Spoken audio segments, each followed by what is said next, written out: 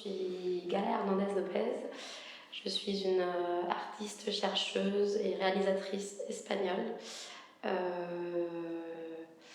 Et je suis en résidence à la Métive cette semaine. J'ai réalisé un film l'année dernière, en 2022, qui s'appelle La mécanique des fluides. Un moyen métrage de 38 minutes qui est un essai documentaire qui porte sur la communauté Incel et les applications de rencontres. La communauté Incel, c'est une communauté virtuelle d'hommes hétérosexuels, misogynes, voilà, qui voudraient avoir des rapports avec les femmes mais qui ne peuvent pas. Et donc j'ai réalisé ce film qui a eu sa première française en octobre 2022 au festival de Bordeaux, au FIFIB. Et donc il a gagné 3 prix au FIFIB, dont le grand prix de la compétition contrebande. Et une partie de ce prix, voilà, une partie de ce prix en fait était la résidence à la Métive. Donc c'est pour ça que je suis là. C'est grâce au festival à qui je suis extrêmement reconnaissante parce que c'est un super festival et du coup parce que ça m'a permis d'être ici, entre autres. Le film est dédié à Velux parce que pendant que je faisais des recherches sur la masculinité et sur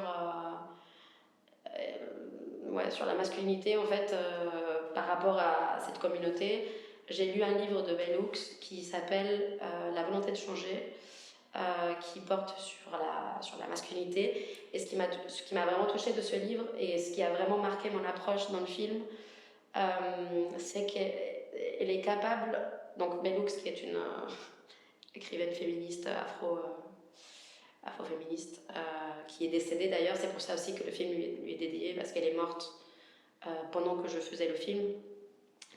Et dans ce livre, en fait, elle parle de la masculinité des hommes d'une façon qui m'a extrêmement touchée et qui m'a beaucoup intéressée parce que justement, elle en parle d'une manière très empathique, avec une grande empathie, même une tendresse parfois. Enfin, il y a une façon d'aborder le problème de la masculinité, de la violence liée à la masculinité,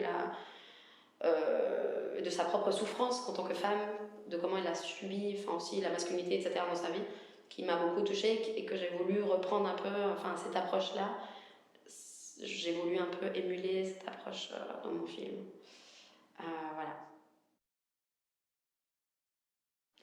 Alors pendant la résidence, je suis en train de faire des recherches et écrire le traitement de mon prochain film, mon prochain court-métrage, qui porte sur la communauté des crypto-monnaies sur Internet. Et voilà, concrètement, j'essaye de prendre des décisions cruciales pour le scénario. Non, mais j'avance sur ce projet qui devrait voir le jour en 2024.